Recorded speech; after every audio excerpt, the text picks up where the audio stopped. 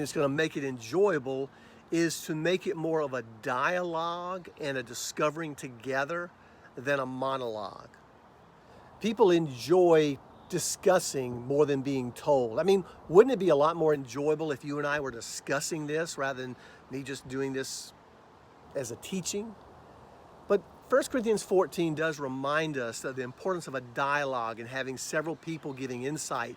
And so you want to do that. That'll make it more enjoyable when you're looking at a passage and you're being able to say, hey, yeah, what does it say about God? What are some promises I see in this passage or attributes about God? What do I see about how the people are responding to God's commands and attributes? How do we see that? And how does it affect me? So you're asking good questions. You don't have to be a scholar. You don't have to make it technical. You just need to be a good facilitator.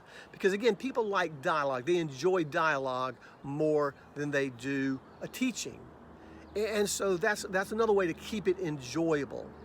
And realize again, the more participatory it is, the more enjoyable it is.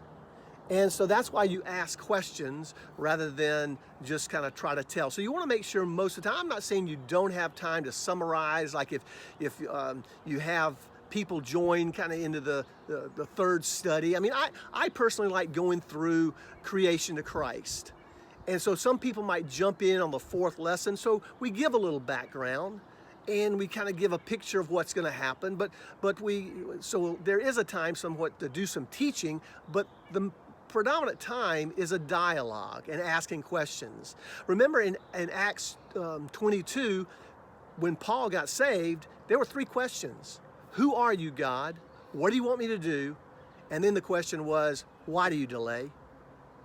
And those are questions you want to ask during your discovery passage.